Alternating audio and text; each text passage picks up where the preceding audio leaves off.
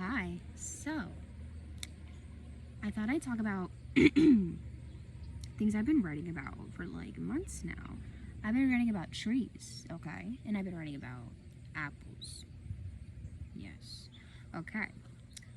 So, when I think of apples, I think of good fruit. I think of knowledge. I also think of tangible things like good results. Because think about it.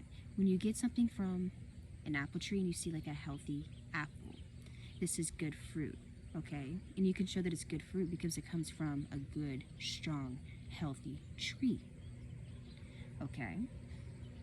Trees can represent your connection to God, and apples have a good relation to this because you will know someone by their fruits, okay? What you produce matters, your words matter, your actions matter. 101. And if they're good, if it's beautiful, healthy, it will show eventually. You don't have to 111 force this. It'll be part of your natural being. People will just know, and it will make sense over time to people. You don't have to force these things. Force people to understand your fruits does not matter. 1, 2, 3. If you're truly connected to God and you're firm in your growth with God, hence the tree and the fruits that are represented, it doesn't matter. It doesn't matter, okay, what people may think of you.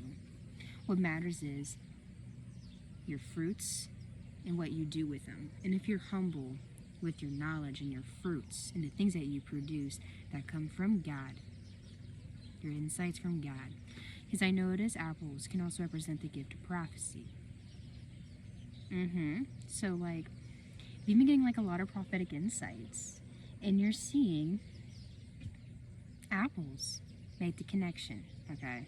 If you keep seeing like happy too, happy and healthy apple trees, these can connect to that, okay? And I'm gonna read this. This is gonna be from Luke chapter 13, verses 6 through 9. Then he told them a story. A man had a tree planted in his front yard. He came to it expecting to find apples, but there weren't any. He said to his gardener, "What's going on? For 3 years now I've come to this tree. For 3 years now I've come to this tree expecting apples, and not one apple have I found. Chop it down. Why waste good ground with it any longer?" The gardener said, "Let's give it another year. I'll dig around it and fertilize, and maybe it will produce next year. If it doesn't, then chop it down." And then I'll tell you what I wrote for notes for it. Good fruit. Apples can represent the gift of prophecy. And how you use this is important, how you use your gifts. Don't use your gifts for your own ego, your flesh. Inspire and encourage others. I had an apple tree outside my trailer when I was a young child. I wrote this. I lived in this, I just started repeating what I said.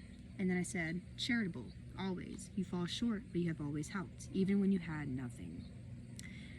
You don't need to prove anything to anyone. Keep doing what you do when I lead you to do so. Yes, as a young child, I had a huge apple tree, 333, outside my house, and it was always healthy. It had the beautifulest apples. And I lived in like a small trailer, so it's like,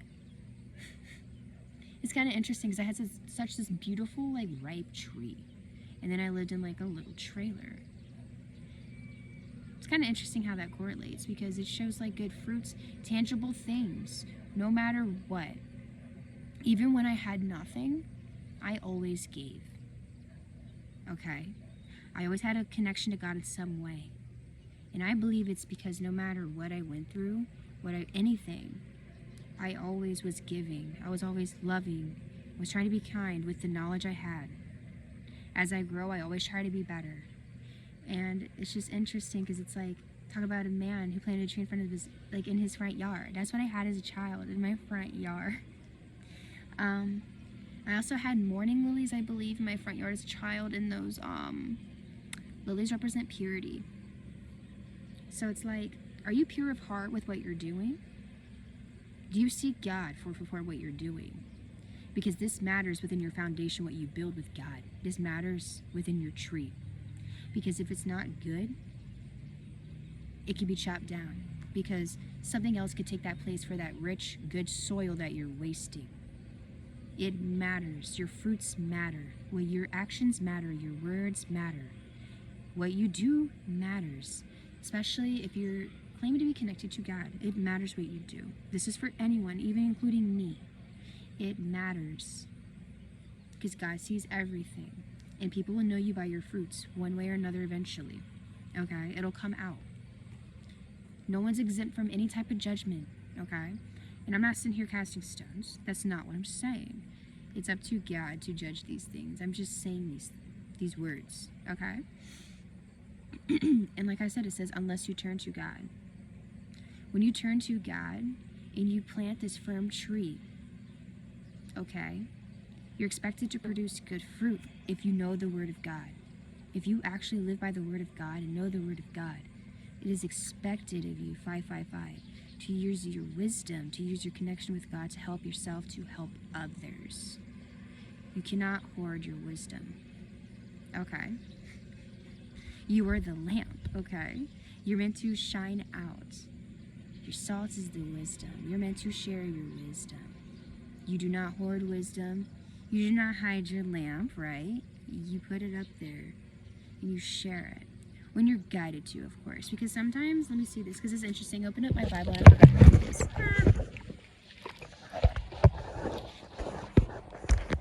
Just want to take a second.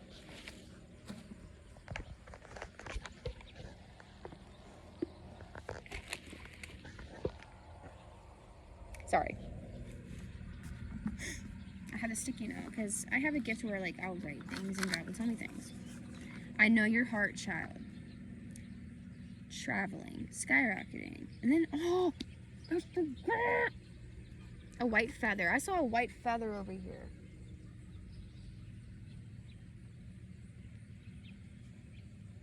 Shush. Shush up. Stay humble. Not all is meant to be revealed. And then it said, would you share intimate details about your spouse with another? Shh. Stay pure in the spirit. No fleshly desires. So, yes, you're meant to share prophetic insights and words. Oh, it's burp. When you're meant to use discernment, this is where discernment comes in. But you're not meant to hoard wisdom.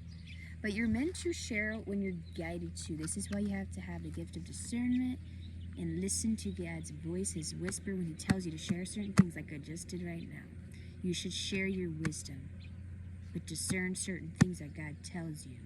Not all is meant to be revealed constantly, and not everything is meant for everyone's ear. But when God leads you to share certain things with others, and it's not fully intimate with him, you need to share this to help people. You have wisdom for a reason. You have the gift of prophecy for a reason. You hear his voice clearly for a reason. Goodbye.